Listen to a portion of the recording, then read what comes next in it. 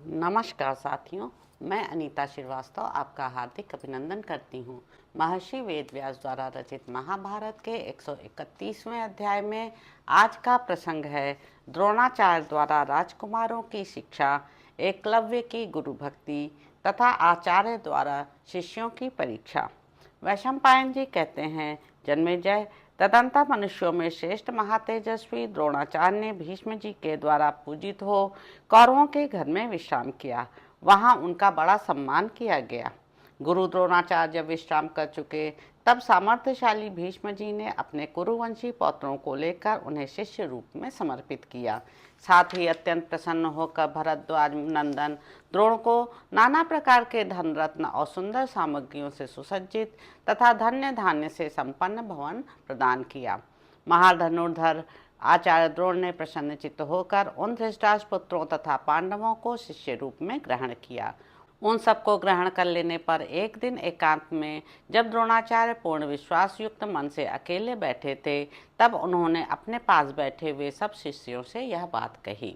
द्रोण बोले, निष्पाप राजकुमारों, मेरे मन में एक कार्य करने की इच्छा है।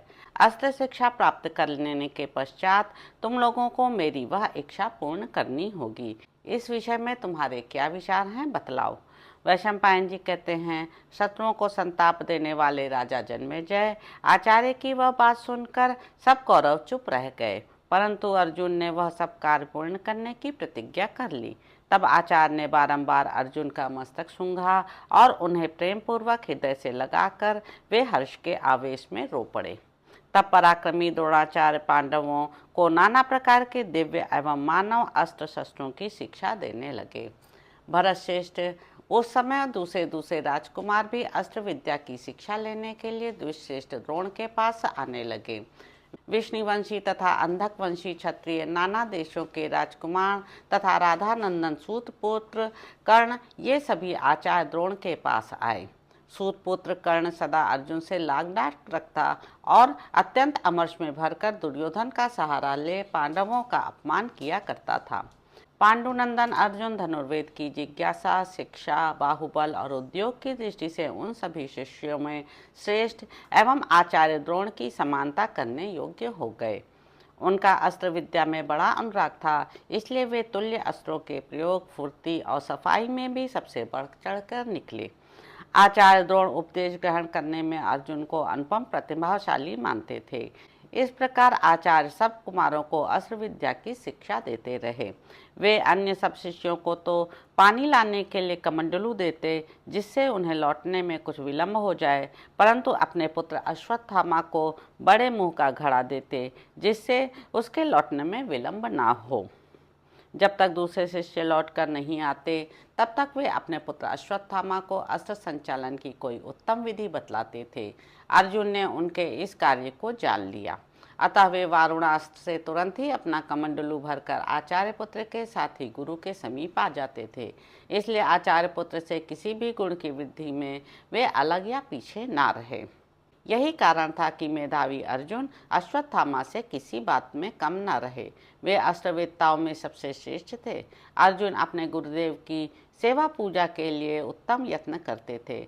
अस्त्रों के अभ्यास में भी उनकी अच्छी लगन थी, इसलिए वे द्रोणाचार्य के बड़े प्रिय हो गए। अर्जुन को धनुष बाण के अभ्यास में निरंतर लगा हुआ देख द्रोणाचार्य ने रसोइये को एकांत में बुलाकर कहा, तुम अर्जुन को कभी अंधेरे में भोजन न परोसना और मेरी यह बात भी अर्जुन से कभी न कहना। तदंतर एक दिन जब अर्जुन भोजन कर रहे थे, बड़े जोर से हवा चलने लगी। उससे वहां का जलता हुआ दीपक बुझ गया। उस समय भी कुंती नंदन अर्जुन भोजन करते ही रहे। उन तेजस्वी अर्जुन का हाथ अभ्यासवश अंधेरे में भी मुख से अन्यत्र नहीं जाता था।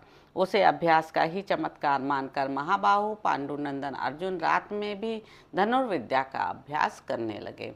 भारत, उनके धनुष की प्रत्यंचा का टंकार द्रोण ने सोते समय सुना। तब वे उठकर उनके पास गए और उन्हें हृदय से लगाकर बोले, द्रोण ने कहा, अर्जुन, मैं ऐसा करने का प्रयत्न करूंगा जिससे इस संसार में दूसरा कोई धनुर्धर तुम्हारे समान ना हो। मैं तुमसे यह सच्ची बात कहता हूँ। वैशंपायन जी कहते हैं, राजन, तदंतर द्रोणाचार्य अर्जुन को पुनः घोड़ों, हाथियों, रथों तथा भूमि पर रहकर युद्ध करने की शिक्षा देने लगे। उन्होंने कौरवों को गदा युद्ध, खड्ग चलाने तथा तोमर, प्रास और शक्तियों के प्रयोग की कला एवं एक ही साथ अनेक शस्त्रों के प्रयोग अथवा अकेले ही अनेक शत्रुओं से युद्ध करने की शिक्षा दी।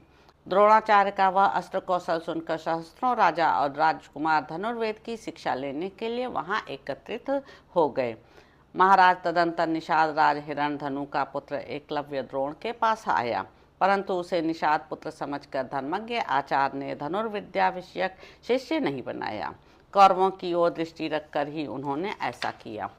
शत्रुओं को संताप देने वाले एकलव्य ने द्रोणाचार्य के चरणों में मस्तक रखकर प्रणाम किया और वन में लौटकर उनकी मिट्टी की मूर्ति बनाई तथा उसी में आचार्य की परमोच्च भावना रखकर उसने धनुर्विद्या का अभ्यास प्रारंभ किया। वह बड़े नियम के साथ रहता था। आचार्य में उत्तम श्रद्धा रखकर उत्तम और भारी अभ्यास के बल से उसने बाणों के छोड़ने, लौटाने और संधान करने में बड़ी अच्छी फुर्ती प्राप्त कर ली। शत्रुओं का दमन करने वाले जन्मेजय तदंतर एक दिन समस्त कौरव और पांडव आचार्य द्रोण की अनुमति से रथों पर बैठकर शिकार खेलने के लिए निकले।